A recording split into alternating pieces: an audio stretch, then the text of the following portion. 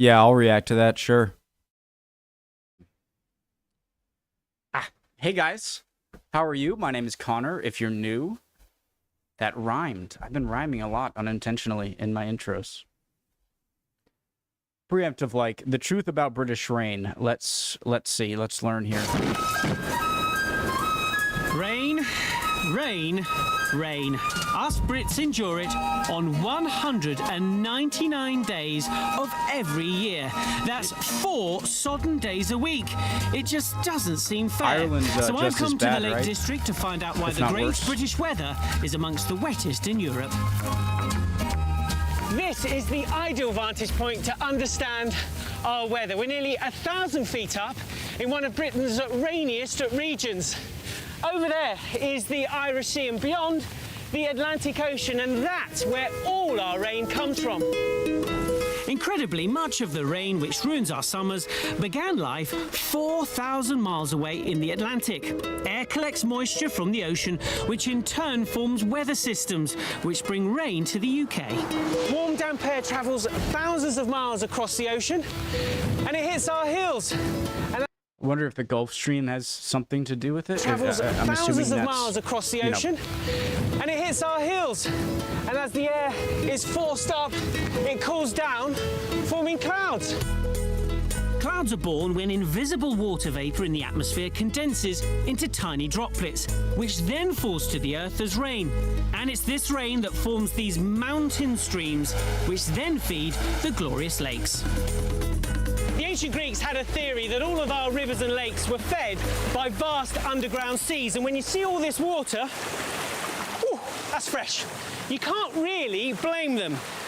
But in truth, every drop of our fresh water comes from Making the me oceans. thirsty. It's sucked up into the atmosphere, it then forms into clouds, and then returns to Earth in the form of rain. Millions upon millions of tons of it. It's a never-ending cycle. Technically, And as it invades our shores from the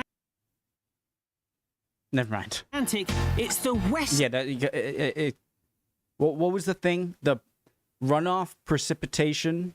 No, runoff, evaporation, condensation, precipitation, repeat. Geez, that was like a 4th grade thing we learned. Sorry. Of Great Britain and as it invades our shores from the Atlantic, it's the west of Great Britain that bears the brunt. Each one of these tubes shows how much rain falls on a particular square inch in certain parts of Britain in an average year, starting with London. That's 21. This is Glasgow, gets a little bit more, but this is the wettest city in the UK. Guess which one it is? It is, in fact, Swansea. But it's all pretty pathetic compared to the Lake District, which gets a whopping 79 inches a year. Remember, that's per square inch. So if you multiply... Question. I'm assuming they've tried this, so I guess they know, but... So just leaving a cylinder or a what's it called? A square cylinder, whatever that is.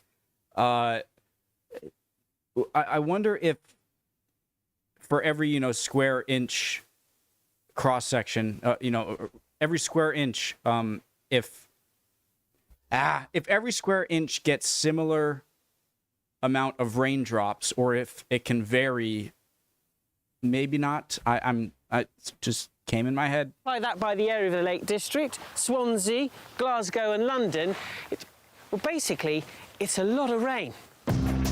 Just a few miles from the sea and made up of high peaks and deep valleys, the Lake District doesn't stand a chance.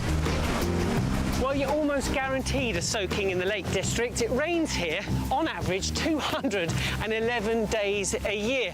And below the cliffs of Scafell Pike, the highest peak in England, is a little village which has the dubious honour of being Britain's wettest inhabited place. Seathwaite in So you're almost twice as likely to have a rainy day than a non-rainy day? Is that what I'm getting? Cumbria is home to the Pratt family, inhabitants of Raingage Cottage at the edge of the village. Probably the wettest house in England. Where and when did you find out that you lived in the wettest part of England? We've always known, but just like when I was sat in geography the other day, just reading through a textbook when I was bored, and just looking in it and looking at it says the hottest place and it says the wettest place. I was like, that's me!